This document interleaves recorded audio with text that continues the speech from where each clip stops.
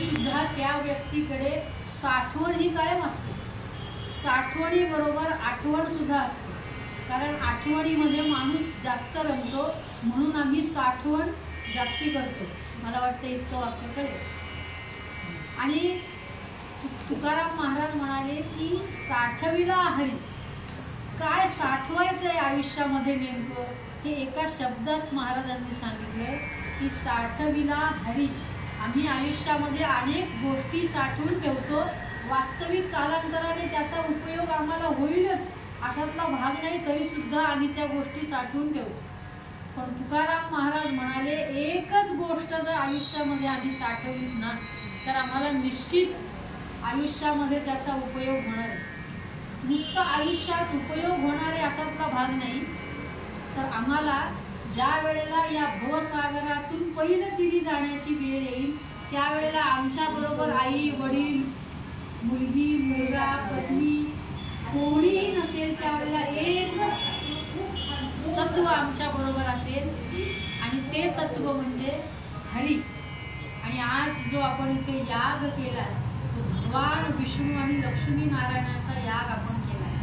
म्हणून सांगताना अभंग असा घेतलाय की हरीची साठवण करा. गुरुजींनी पूर्ण कर्मकांड करून आपली आजचा जो याग आहे तो पूर्ण केला, पण त्या यागाच्या पाठीमागचं महत्त्व हे मी सांगण्यासाठी तुमच्यासमोर सांगतो. असं आहे की अधिक महिना चालू आहे आणि अधिकस्य अधिकम फल.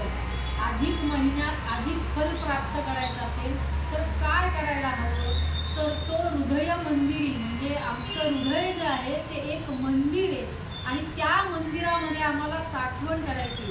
कशाची साठवण करायची तर साठविला हरी जेणे हृदय मंदिर. आमच्या हृदयाच्या मंदिरामध्ये जर कोणाची साठवण करायची असेल तर त्या हरीची करायची, भगवान विष्णूंची करायची. आणि अधिक महिन्यामध्ये जर कोणाचं महात्म्य जास्ती असेल तर ते महाविष्णूंचं पुरुषोत्तमाचं महत्त्व या अधिक महिन्यामध्ये जास्ती आहे. म्हणून तुकाराम महाराज सांगतायत की त्या हरीची साठवण करा. फक्त अधिक महिन्यात साठवण करू नका, तर पुढचे 12ही महिने जे येतील त्या महिन्यांमध्ये आम्ही नित्यक्रम आम्ही काय करू शकतो, तर त्या हृदयाच्या मंदिरामध्ये ज्या हरीला आम्ही साठवले त्या हरीची रोज आठवण करून त्याचं नामस्मरण करत आम्ही जर पुढे गेलो तर महाराज सांगतायत की झाला सफल व्यापार. म्हणजे जन्म आणि मरण या ज्या दोन गोष्टी आहेत, हा जो आमच्या आयुष्यरूपी व्यापार आहे तो व्यापार जर सफल संपूर्ण, आम्ही अनेक व्यापार करतो पण ते व्यापार पूर्ण होतात अशातला भाग नाहीये. पण हा जन्मरूपी आणि मरणरूपी व्यापार जर सफल संपूर्ण करायचा असेल ना तर महाराज म्हणाले हरी आमच्या हृदयामध्ये आम्ही साठवला पाहिजे. आम्ही जसं आमच्या घरामध्ये साखरेचा डबा असतो आणि त्या साखरेच्या डब्यामध्ये आम्ही साखरेची साठवण कायम करत असतो. वास्तविक तो डबा आम्ही कधी रिकामा ठेवत नाही आणि जरी रिकामा झाला तरी आम्ही लगेच साखर त्याच्यामध्ये साठवून ठेवतो. कशासाठी तर ज्या ज्या वेळेला आम्हाला साखर आणि त्या साखरेची आवश्यकता असते त्या वेळेला आम्ही त्या डब्यातून साखर बाहेर काढतो. बरोबर. त्याचप्रमाणे तुकाराम महाराज म्हणाले की हरी जो आहे तो हरी संकटांचं हरण करणारा. आमच्या आयुष्यामध्ये येणारी विघ्न आणि संकट त्याचं हरण करणारा कोण आहे तर त्याला हरी असं म्हणतात. म्हणून त्याची आम्ही साठवण करायला हवी, कारण ज्या वेळेला आमच्या आयुष्यात संकट निर्माण होतात त्यावेळेला त्या संकटातून आम्हाला बाहेर काढणारा तो हरी. मग त्याची जर आम्ही साठवण केली नाही तर तो हरी आमच्या संकटामध्ये तरी येईल का? येणार नाही. त्याची जी जागा आहे ती जागा आम्ही जर त्याला दिली नाही तर आम्ही जागे असून सुद्धा उपयोग नाही. बरं, ज्या जागी आम्ही आत्ता आहोत त्या जागी आम्ही बसून काय करू शकतो तर भगवंताच्या त्या हरीच्या नामाची साठवण आम्ही करू शकतो. इतकं तर आम्ही आयुष्यात निश्चित करू शकतो. तुकाराम महाराज म्हणाले पूर्ण आयुष्याला संपूर्ण विराम द्यायची ज्या वेळेला वेळ येते ना त्यावेळेला आम्ही जो हरी साठवलाय तो आमच्या समोर उभा राहतो भागवतामध्ये। नारायणाच्या रूपामध्ये आम्हाला भगवंतांनी उत्तर दिले की त्या ब्राह्मणानं नारायणाचं नाव सतत मुखानं घेतलं आणि शेवटच्या क्षणी त्याला कोण आलं तर विष्णुदास त्याला घ्यायला आले। हे कधी होतं? ज्या वेळेला आम्ही भगवंताची साठवण आमच्या हृदयामध्ये करतो त्यावेळेला हे सगळं होतं। तुकाराम महाराज म्हणाले, आम्ही आमच्या प्रपंचामध्ये इतके गुंतलेलो आहोत, इतके अडकलेलो आहोत की आम्ही प्रपंचाची वास्तविक सुख, सोय, समाधान, आनंद हे सगळं आम्हाला प्रपंचामध्ये हवं असतं। पण हवं असतं हे खरे, पण त्यासाठी आम्ही काय करतो तर त्यासाठी आम्ही करत काही नाही। कार्य कर्म आम्ही करतो, पण ते कर्म आम्हाला शाश्वत सुख, सोय, समाधान प्राप्त करून देत नाही। मग असं कोणतं कार्य, कोणतं कर्म आम्ही करायला हवं की जेणेकरून आम्हाला शाश्वत सुख आणि समाधान मिळेल, तृप्ती मिळेल। साधं उदाहरण आहे, आम्ही दुपारचं जेवण जेवतो की नाही? जेवण झाल्यानंतर आम्ही सगळेजण म्हणतो एकदम तृप्त झाले, पोटभर जेवण झालं, पण तरी 4 वाजता चहा बरोबर काहीतरी खायला लागतं ना। म्हणजे ती समाधान, ती तृप्तता आम्हाला परिपूर्ण करत नाही, ती तेवढ्या वेळेपुरतं आम्हाला परिपूर्ण करते किंवा तृप्त करते। पण तुकाराम महाराज म्हणाले, आम्हाला मोक्ष प्राप्त करून घ्यायचा आहे तर आम्ही काय करायला हवं? त्याला एकच उपाय आहे, ते म्हणजे आमच्या हृदयाच्या मंदिरामध्ये भगवंताची साठवण करणं गरजेचं आहे। कशाची साठवण मनुष्य करतो? पैशाची साठवण करतो, दाग दागिने, संपत्ती या सगळ्याची, वस्तूंची, माणसांची, सगळ्याची साठवण आम्ही करतो। हे सगळं आम्हाला उपयोगाला येतं, पण हे सगळं तात्पुरतं आहे। ज्या वेळेला शेवटचा क्षण येतो त्यावेळेला माणसाच्या अंगावरती फक्त वस्त्र ठेवलं जातं, गळ्यात घातलेले जे दाग दागिने ते सुद्धा काढून घेतले जातात। आणि सगळ्यात पुढे जाऊन सांगू, जे घर आम्ही बांधतो त्या घरात आम्हाला कधीच अग्नी दिला जात नाही, आम्हाला वैकुंठात दिला जातो। मग तुकाराम महाराज म्हणाले, प्रपंचासाठी हे सगळं करणं तर गरजेचंच आहे, पण परमार्थाच्या दृष्टीने जर आम्ही बघितलं तर आम्ही काय करायला हवं? हे सगळं आम्ही इथे केलं, हे सगळं इथेच ठेवून जर आम्हाला जायचं असेल तर माझ्या बरोबर काहीतरी जाणं गरजेचं आहे। ते काय जाणार आहे माझ्या बरोबर? तर मी केलेलं पुण्य, मी केलेलं कर्म आणि मी केलेलं भगवंताचं नामस्मरण आणि साठवलेल्या हरीच्या बोटाला धरून आम्ही पहिलं तरी जाणार आहे।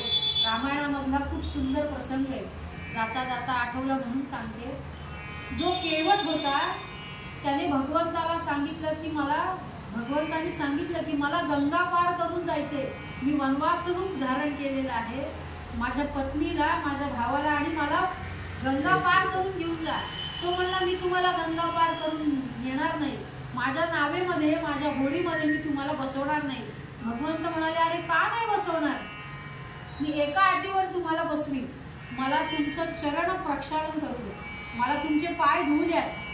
अरे पाय इतके जणांनी धुतलेत, आता तू त्याच्यात वेळ घालू नकोस। नाही नाही म्हणाला, मला स्वच्छ तुमचे पाय धुवू द्या। प्रभू रामचंद्र म्हणाले, हरकत नाही, तू चरण प्रक्षालन कर माझे।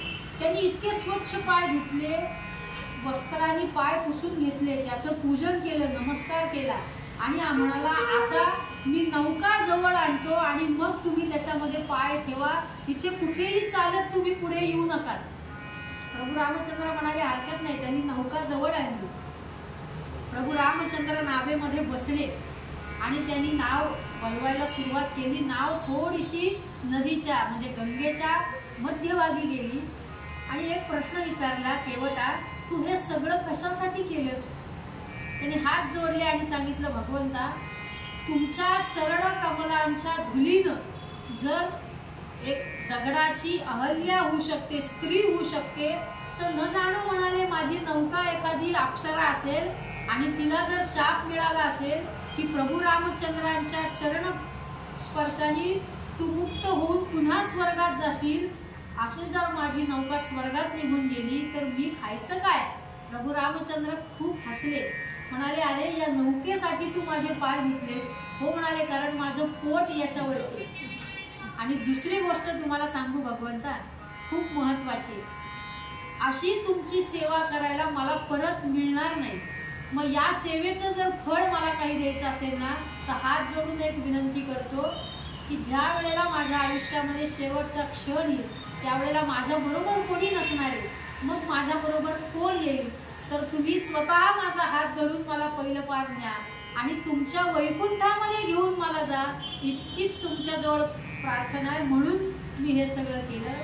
तुकाराम महाराज म्हणाले आम्हाला इथे सगळं ठेवून जायचे, बरोबर तो भगवंत जर आमच्या येणार असेल तर महाराज म्हणाले एकच करा, 60 विला हरी जेणे हृदय मंदिरी, सरली त्याची येण झाला सफल व्याप. या अधिक महिन्याला पुरुषोत्तम नाव का पडलं? खूप छोटीशी कथा आहे. अधिक महिना मलमास म्हणून प्रसिद्ध होता पहिला. सगळ्या महिन्यांनी त्याची चेष्टा केली की तुझ्याकडं तुझी अधिक महिन्यामध्ये तुझी अशी अधिष्ठात्री देवताच नाहीये, तू अधिक म्हणून निर्माण झालेला आहेस. त्याला खूप वाईट वाटलं की आपली सगळी चेष्टा करतायत. कारण उदाहरण बघितलं तर भाद्रपद महिन्यामध्ये गणपतीचं आवाहन आपण करतो, श्रावण महिना रुद्र आहे, शंकर आहे, अश्विन महिना देवी आहे. अशा अनेक महिन्यांमध्ये आपण अनेक गोष्टी, अनेक भगवंताची अधिष्ठात्री देवता आहे. या अधिक महिन्याला कोणीच नव्हतं. खूप वाईट वाटलं. म्हणून विष्णूंसमोर म्हणजे वैकुंठामध्ये आला, मनुष्यरूप धारण केलं आणि भगवंताला झालेला प्रसंग सांगितला. भगवंत म्हणाले तू काळजी करू नकोस, मी तुला घेऊन जातो, फक्त माझ्या बरोबर ये. म्हणून भगवंतानी त्याचा हात धरला आणि त्याला गोलोकामध्ये नेले. वैकुंठ, कैलास याच्या पलीकडे जो असणारा लोक आहे त्याला गोलोक असं म्हणतात. त्या गोलोकामध्ये या अधिक महिन्याला नेलं आणि समोर त्या अधिक महिन्यानं बघितलं तर भगवान पुरुषोत्तमाची अतिशय तेजस्वी आणि तारुण्य रूप असलेली, हातामध्ये मुरली धरलेली अशी मूर्ती त्या गोलोकामध्ये या अधिक महिन्यानं बघितलं. नमस्कार केला आणि त्या पुरुषोत्तमानं विचारलं की तुम्ही इथे कसं काय? सगळा प्रसंग भगवान विष्णूंनी सांगितला आणि ते पुरुषोत्तम भगवान म्हणाले, मुरलीधर म्हणाले की अधिक महिना तू काळजी करू नकोस, इथून पुढे तू जो मलमास नावाने प्रसिद्ध होतास ते तुझं नाव कमी होऊन तू माझ्या नावानं प्रसिद्ध होशील, रादर मी तुझ्या नावानं प्रसिद्ध होईल. म्हणून या अधिक महिन्याला पुरुषोत्तम मास असं म्हटलं जातं. आणि इतकंच नाही म्हणाले, तर या अधिक महिन्यामध्ये जो जो माझी म्हणजे पुरुषोत्तम भगवान विष्णूंची आराधना उपासना नित्य नेमाने करेल त्याला मी या गोलोकामध्ये स्थान देईल, मोक्ष प्राप्त करून देईल. आणि त्याही पुढे जाऊन भगवंतांनी सांगितलं की जो व्यक्ती 12 महिन्यामध्ये आम्ही अनेक व्रत वैकल्य करतो, पण त्या व्रत वैकल्यांमध्ये आम्ही स्वार्थ आमच्या मनामध्ये ठेवून आम्ही अनेक व्रत वैकल्य करतो, पण या अधिक महिन्यामध्ये जो जो व्यक्ती उपासना भगवंताची करेल त्याला मोक्ष प्राप्त करून देईल असा हा अधिक महिना आहे. म्हणून आजपासून तू पुरुषोत्तम नावाने ओळखशील. आणि या अधिक महिन्यामध्ये अधिष्ठात्री देवता कोण असेल तर भगवान विष्णू ही या अधिक महिन्याची अधिष्ठात्री देवता आहे. असं या अधिक महिन्याचं महात्म्य आहे. आणि सगळ्यात महत्त्वाचं 33 अनारसे आम्ही दान का करतो तर त्याला एक महत्त्वाचं कारण असे की त्याला छिद्रे त्या अनारशाला. म्हणजे काय तर मनुष्याच्या आयुष्यामध्ये हे वास्तविक बघायला गेलं तर धर्मशास्त्रात अतिशय साधं उदाहरण सांगितले की अनारसे दान का करायचे. मनुष्याच्या आयुष्यामध्ये ज्या वेळेला आम्ही जन्माला येतो त्यावेळेला आम्ही तिथपासून ते शेवटपर्यंत आम्ही काय करतो, अनावधानाने आमच्याकडून होतं किंवा कधी कधी मुद्दामून होतं. आम्ही अनेक लोकांच्या दोषांचं वर्णन अधिक वेळेला करत जातो.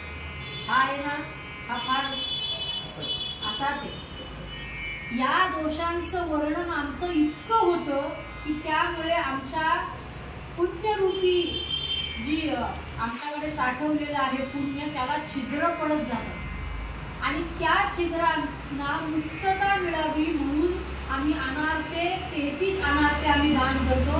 कारण जो दोष आम्ही निर्माण केलेला आहे त्या दोषांचं निवारण करण्यासाठी आम्ही 33 अनारशांचं दान करतो.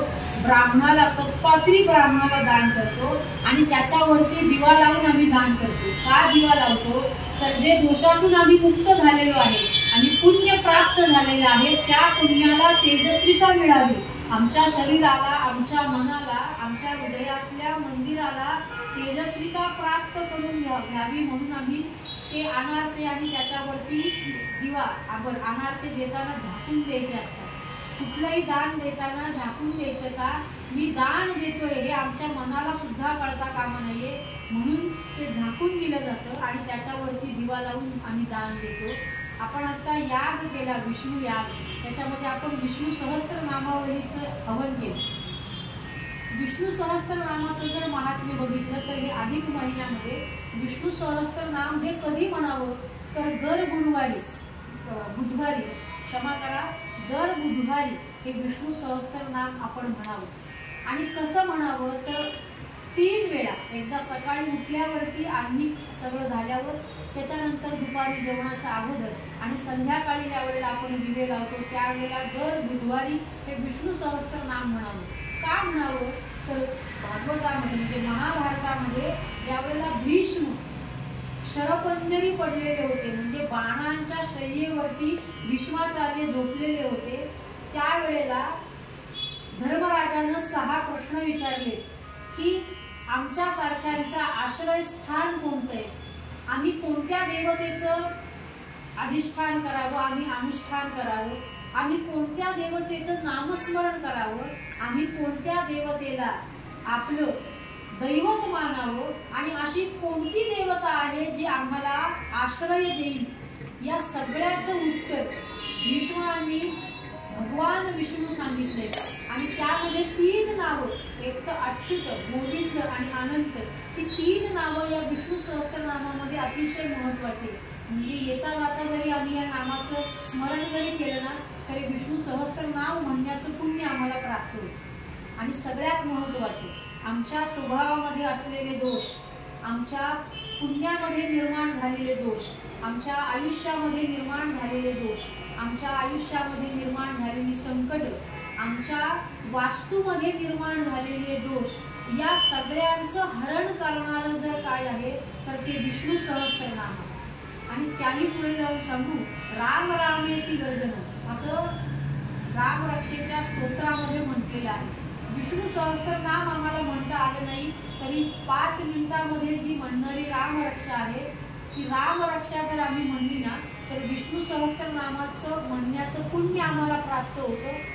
इतकं सगळं विष्णू सहस्त्रनाम म्हणण्याचं पुण्य आहे म्हणून आपण आता विष्णू सहस्त्रनामावलीचं हवन केले. आणि सगळ्यात महत्त्वाचं ते म्हणजे पुरुषोत्तम भगवंताची जर जसं महात्म्य या अधिक महिन्यात आहे तसंच महात्म्य लक्ष्मीचं सुद्धा या महिन्यामध्ये आहे. म्हणून या महिन्यामध्ये आपण मेहून म्हणून जन्माला होते, जेवायला घालतो. मेहून का तर भगवान विष्णूंची पत्नी सहधर्मचारिणी जी आपल्याला कायम सांगते की काय करावं तर कायम भगवंताच्या सेवेमध्ये असावं अखंड. आणि ही अखंड सौभाग्यवती जर कोणी असेल तर ती महालक्ष्मी आहे. ती अखंड सौभाग्यवती आहे. आणि ती का सौभाग्यवती आहे तर ती अखंड भगवंताच्या पाद संवाहन म्हणजे सेवेमध्ये रीत आहे, ती तीच सेवा करते आहे. आणि अशी ही लक्ष्मी आमच्या घरामध्ये अलक्ष्मी जी येणार आहे ती अलक्ष्मी जाऊन चांगली लक्ष्मी आम्हाला प्राप्त व्हावी म्हणून आपण हा विष्णू लक्ष्मी याग केलेला आहे. इतकं सगळं माहिती वास्तविक बघायला गेली तर माहिती खूप आहे, पण मला जेवढी तुम्हाला सांगता आली तेवढी माहिती मी सांगितली. म्हणून तुकाराम महाराज म्हणाले की आयुष्यात एकच काम करा ते म्हणजे 60 विला हरी जेणे हृदय मंदिरी शरदी त्याची येर झाला सफल व्यापार. श्री ज्ञानदेव तुकाराम देव ऋषी नारद महाराज